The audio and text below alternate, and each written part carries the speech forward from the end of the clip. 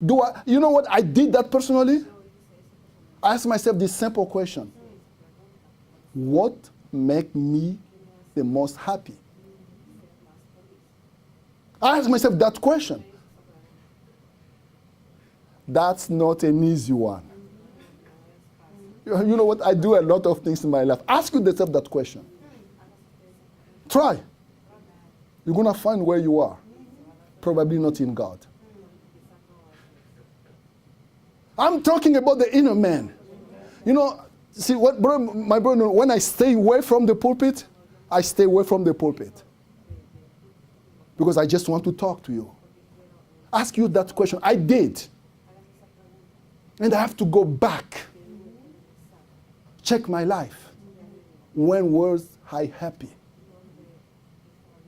What makes me the most happy?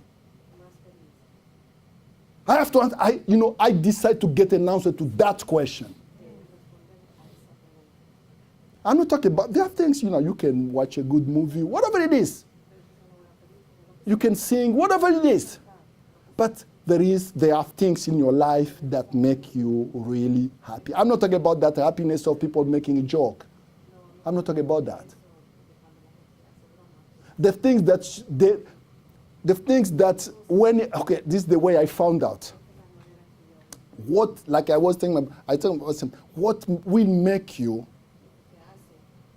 leave a house when it's snowing out there, 3 feet of snow, cold almost below zero. You wake up, you dress yourself, you go out. Do whatever you want to do. That thing is very important to you. See? You're going to find out.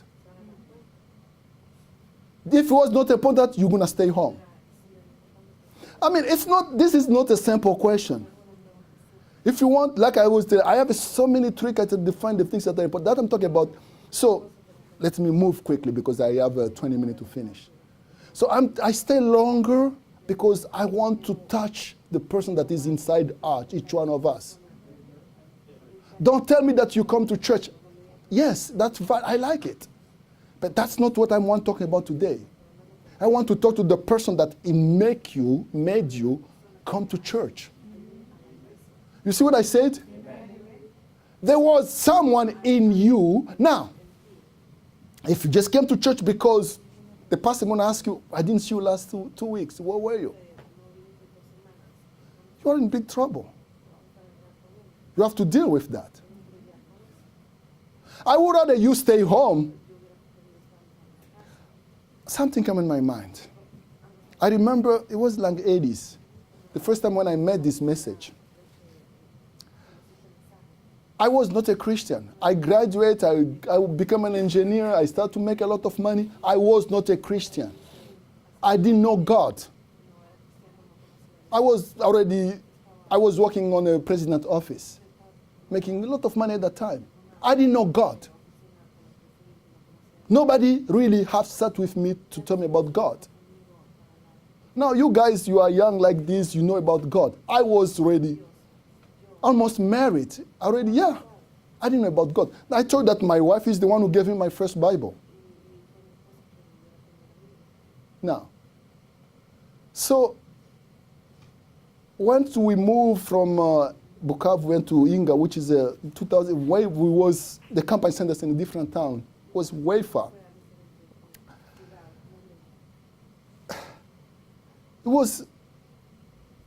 I started to go to a church because I saw my wife going to church. So I have to take her to church. So I put on a car, we go to church. And my neighbor was going to church.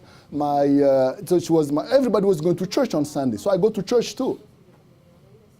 And that church, yes, I'm checking my time.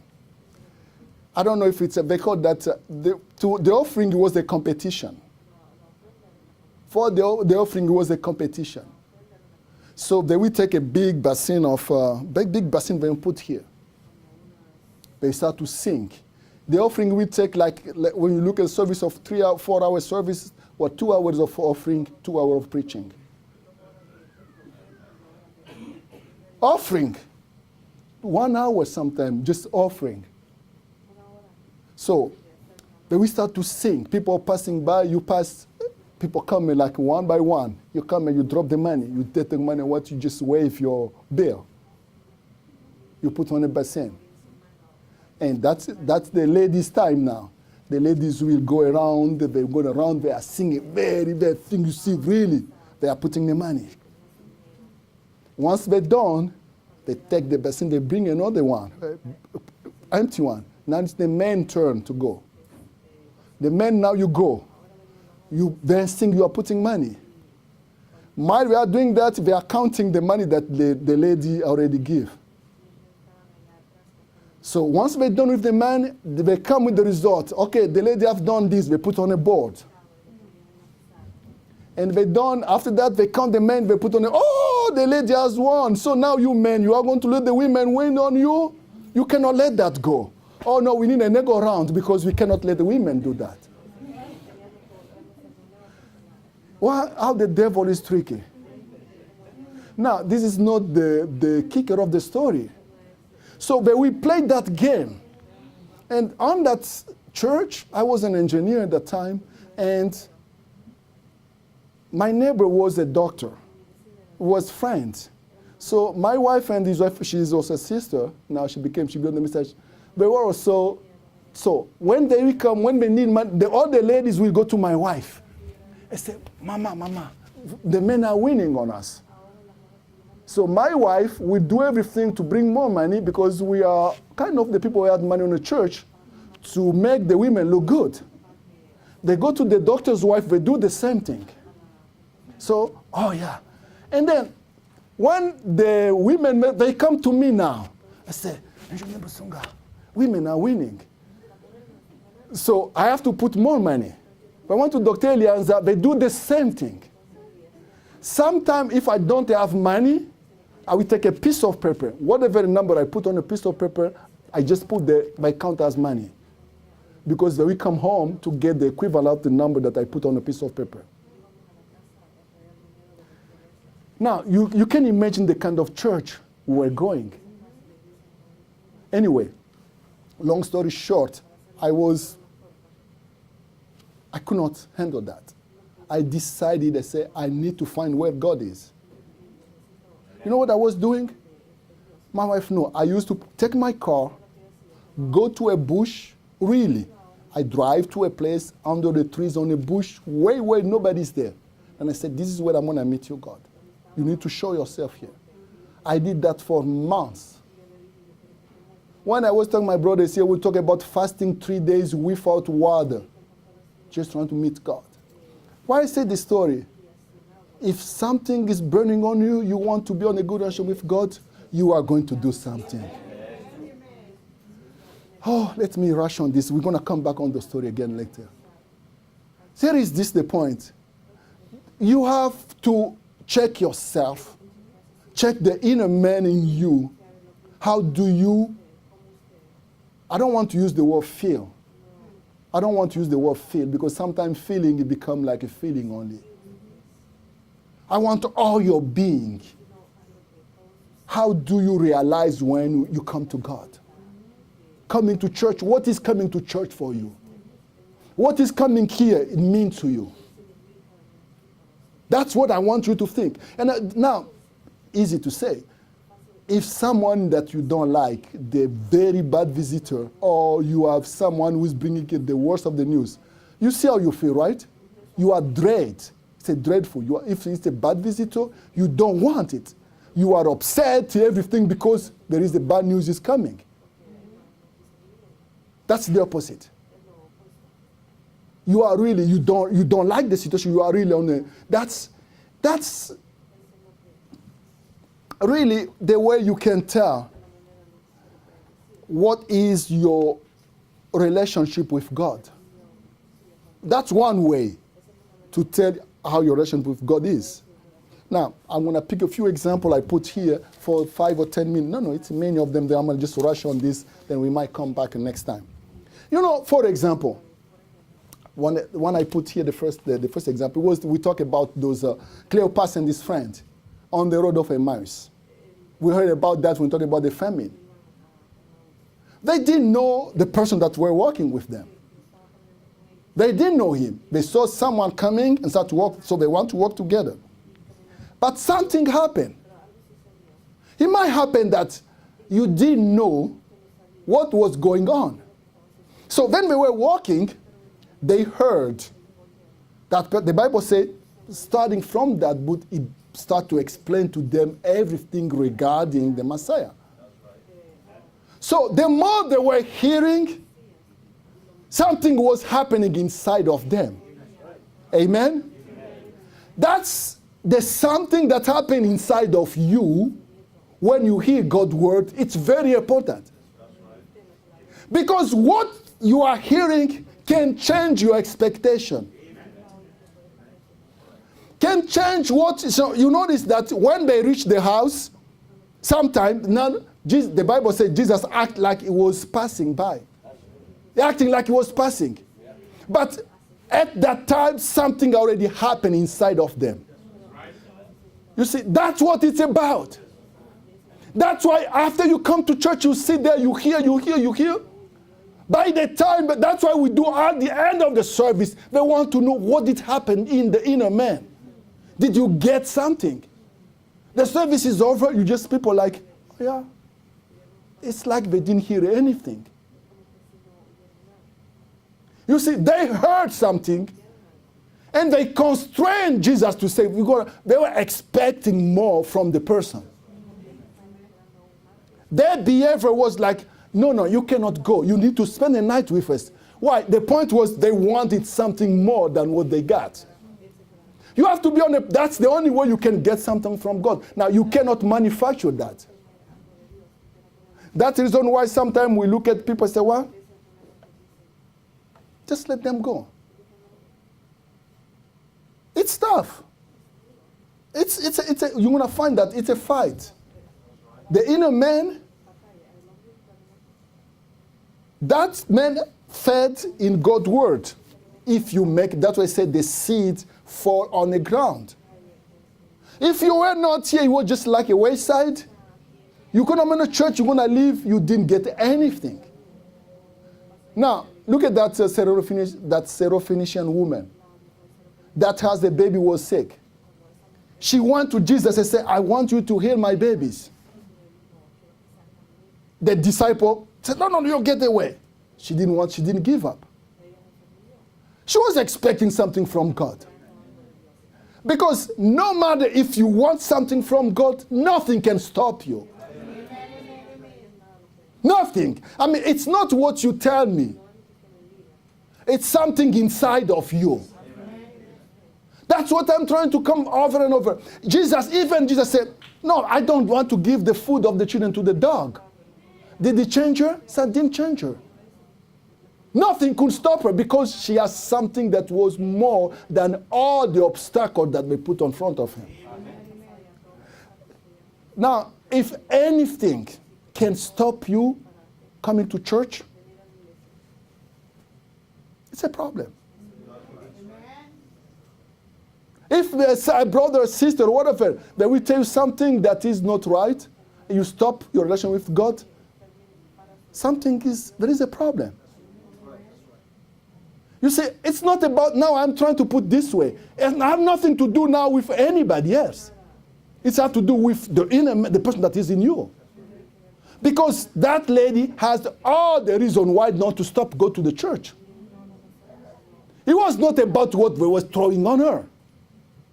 People say, oh yeah, I don't want to go there because they do this. I don't want to go there because they do this. I don't want to do that because of this. And then what? Then what? At the end of the day, the person who is losing it yourself. So that woman could not be back up for any because she knew that Jesus was the only reason, the only person who could save her baby. You have to reach the point where there is no anything else beside Jesus. And when you reach that point, then you say, well, excuse me, I don't use this often. Then you know, then you know that I am on the right position. See,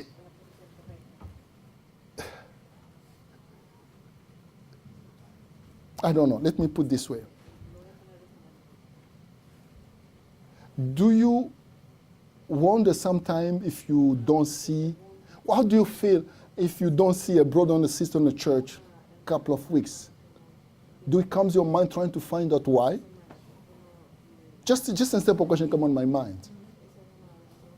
Anyway, there was not even a point. You see, I'm thinking about a good example here. Look at that Martha. I think Martha, that Lazarus' sister. They asked to go call Jesus because my brother is about to die. Jesus keep on going farther and farther. The story says, finally, Lazarus passed away, and he told the disciples, said, Lazarus is dead, he's sleeping. So why is he sleeping? He's going to wake up. No, Lazarus is dead. I'm going to go wake him up. What I'm trying to make a point is here, you look at Lazarus' sister. When Jesus was coming, she knows that her brother is dead. She knew that the person who could save her brother was the person that just is showing up. No. But when you read the Bible, it looks like it's easy. Just trying to look at the picture. We have a family in Africa. They write those kind of letters. I said, the life of my baby is in your hand. Because they need money. So that's what they mean. They say, the life of my baby here is in your hand. If the daddy passed away in Congo, because you didn't send the money. That's why they send a letter like that. Well, we are living in America, right? I'm just trying to make you understand that. You see, when I say that, because I just want to be more dramatic, which is true. The life of Lazarus was in Jesus' hand. She sent and said, go call Jesus because I know he's the one who can heal my brother before he passes away. Now the brother dies. They see him coming. That's the scene. I said, this guy was supposed to show up, I knew. Then when Jesus approached, and she went there and said, Master, Lord, if you had been here, my brother would not have died. That was the first sentence. It's like, was it a rebuke? You see? If you had been here, my brother wouldn't have died. Now that's the feeling she had. Meaning to say, he's dead because you didn't come on time. But she has something beyond that. She has something beyond that.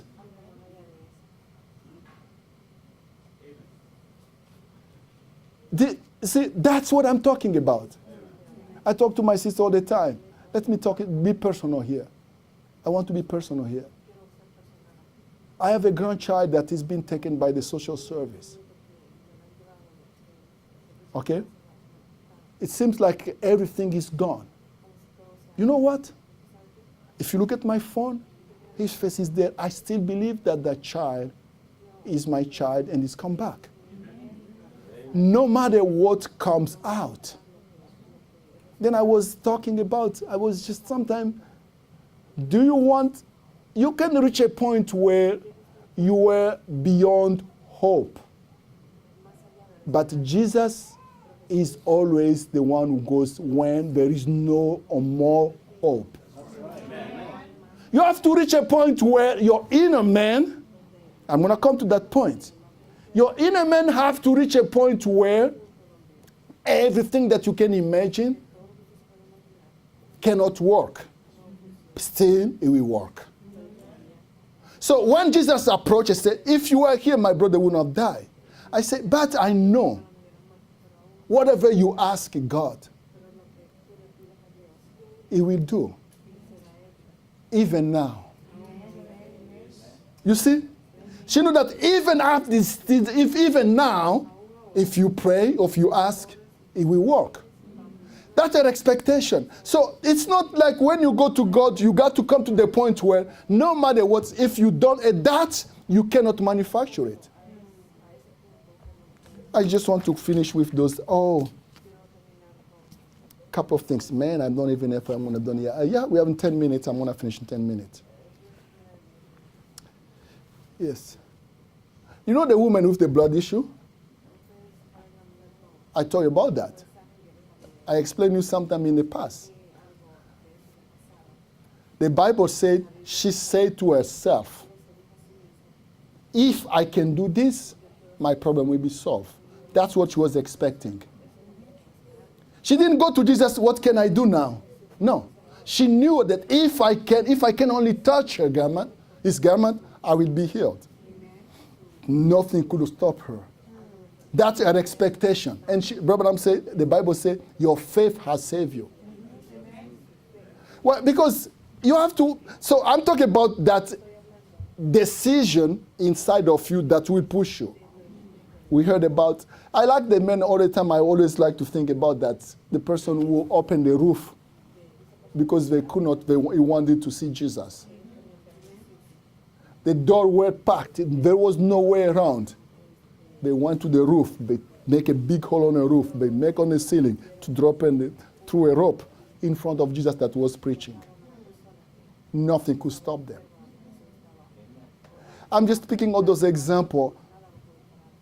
People can be stopped by almost anything, which is unfortunate. Like that young ruler, that young rich man, he came to Jesus. He knew, he wanted to be. What can I do to get eternal life?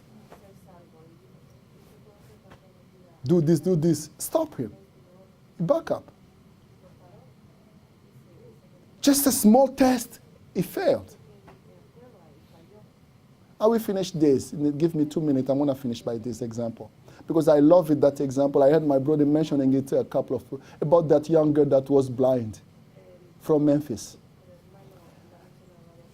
Now, I will take that example just to show you something about this, then I'm going to close by it. I just repeat an example that we heard. Maybe you don't realize the extent of what was going on her when she said, if you can take me to the healer, I will meet my father. Now, I want you to bring you back the situation that it was really. That Memphis, it's way south. If you know, you take Highway 40, and below that, you keep on going east, they're going to be to Memphis. Now, if you look at Arkansas, where they were preaching, it was way north, close to Arkansas. At that time, to go from Memphis to Arkansas, where they were preaching, they took a bus. It was those big buses, like the coach bus here. Now, because they heard that the healer was in Arkansas preaching. It's that move, that decision just to decide it. I put this. They was expecting something from the healer. Meaning, her dad, they said, okay, that's what I'm going to pay. They put the money together. The dad put the money, took the girl. They said, I want to go see the healer. So when you do things like that, don't you think that God sees it? Just at that level, don't you think that God sees it? That's the fact that people are just thinking about that. Don't you think that God sees it? It's not what will happen, but just what you are doing now, God already seen what you are expecting from Him. Now, when that is starting from home, that's what I'm trying to make you aware of that. What we saw as a result, starting days ahead. We saw the result of the healing, but it started days ahead. That's what I want you to understand. Sometimes when you come, you see that person has a decision. Something that's already made. It's Friday, it's Wednesday. He's already rejoicing, preparing for something he's expecting on a Sunday. Now, don't you think that when they are doing that, the devil is not seeing? He's seeing that too. Now, they got on the bus. They were not alone. It was a group of people. 5 minutes. The bus drove to Memphis. What was terrible that day, it started to rain. It was a bunch of